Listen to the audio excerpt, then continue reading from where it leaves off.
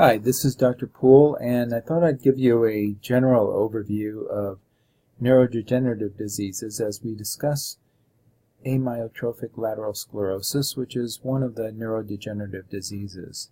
Now, we're going to be taking up these diseases in several different cases, and this is good because it breaks up some complex disorders, and we'll actually defer talking about the most important neurodegenerative disease, that is Alzheimer's disease, until even another course. So this is purely just to get your feet wet and provide you some context for this case of ALS. So what unites these group of disorders? Well, neurodegenerative diseases are disorders that are characterized by the progressive loss of neurons, typically affecting groups of neurons with functional relationships that are not necessarily anatomically related. Implied in this definition is the idea of selective vulnerability. What does this mean? This means that different neurodegenerative diseases tend to involve specific neural systems, at least early in their natural history. And this leads clinically to a constellation of stereotypical presenting signs and symptoms that define the distinct and recognizable clinical syndromes. Thus, we can sort these neurodegenerative diseases out by a clinical pathological classification. The pathologic process that's common across most of the neurodegenerative diseases is the accumulation of protein aggregates.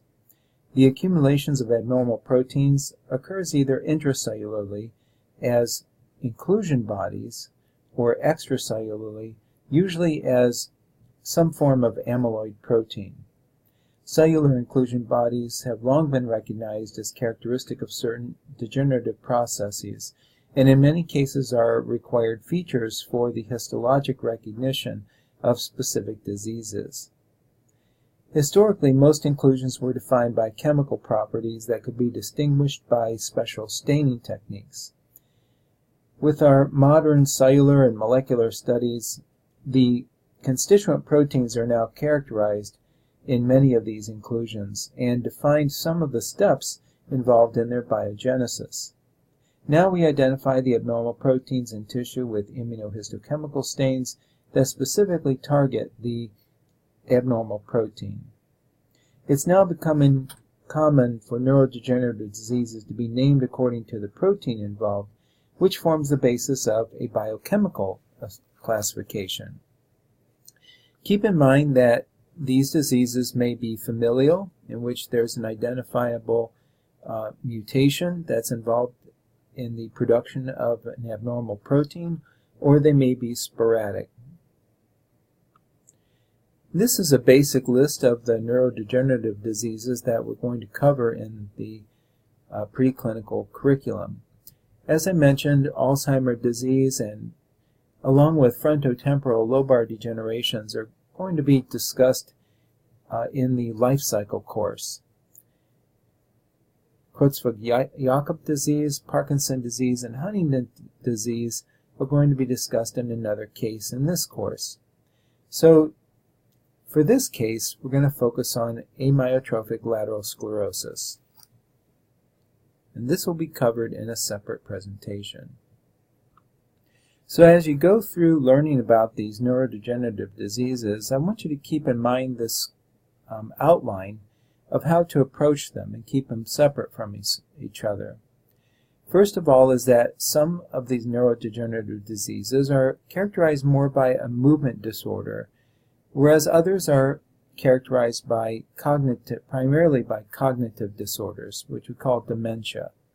Now there's a lot of overlap with these, but in general, these diseases can be classified whether they primarily affect movement or primarily affect cognition.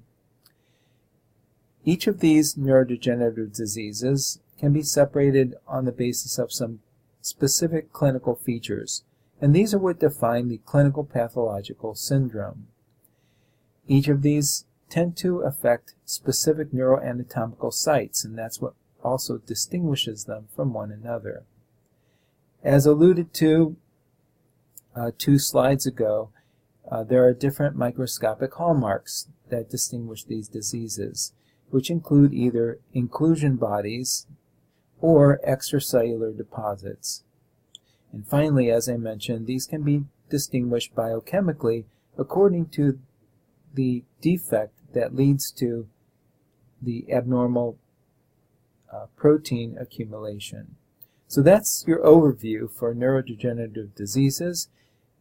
Keep hold of this and keep referring back to it as we go through and discuss each of these individually. So now we'll talk next about ALS.